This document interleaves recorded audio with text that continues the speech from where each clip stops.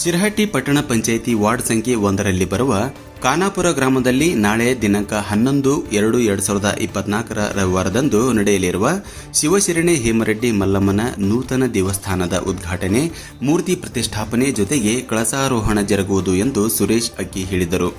ಅವರು ಖಾನಾಪುರದ ದೇವಸ್ಥಾನದ ಆವರಣದಲ್ಲಿ ನಮ್ಮ ಸುದ್ದಿವಾಹಿನಿಯೊಂದಿಗೆ ಮಾತನಾಡಿ, ಬಹಳ ಅಭೂತಪೂರ್ವ ಕಾರ್ಯಕ್ರಮವಾಗಿದ್ದ ಕಾರಣ ಸಕಲ ಸದ್ಭಕ್ತರು ಈ ಕಾರ್ಯಕ್ರಮಕ್ಕೆ ಆಗಮಿಸಿ ಶೋಭೆ ತರಬೇಕು. ಅಗಡಿ ಮಠದ ಸ್ವಾಮೀಜಿ ಅವರ ಜೀವನ ದರ್ಶನ ಪ್ರವಚನ ನಡೆಯುವುದು ಎಂದು ಹೇಳಿದರು.